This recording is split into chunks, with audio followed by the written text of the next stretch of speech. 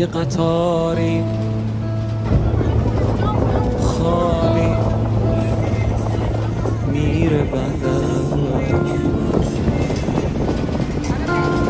یه لنجی روی دریا راشو گم کرد، یه دم ما توشه ینبار خاک خورده، یه جاشو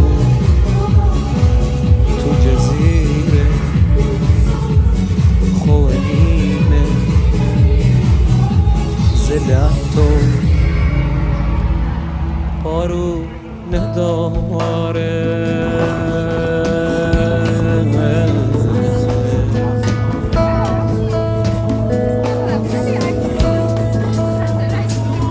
سفر با یکی سفره در پیچ و تابی که از ارث وامانده زان مرغ دریایی خوشنوای جنوبی بروسی به سرخ وقت خنده بیفتم از اصلم به دریا بیفتم.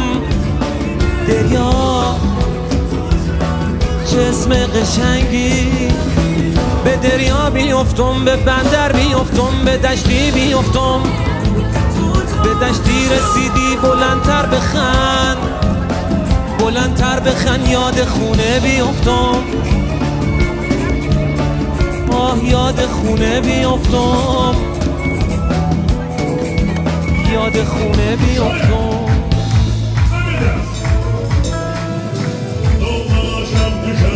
عزیزان خبر اومد که دشتستون بهارن، وای زمین از خون فایز لال زارن، تاقی اومد. عزیزان بلندتر بخند،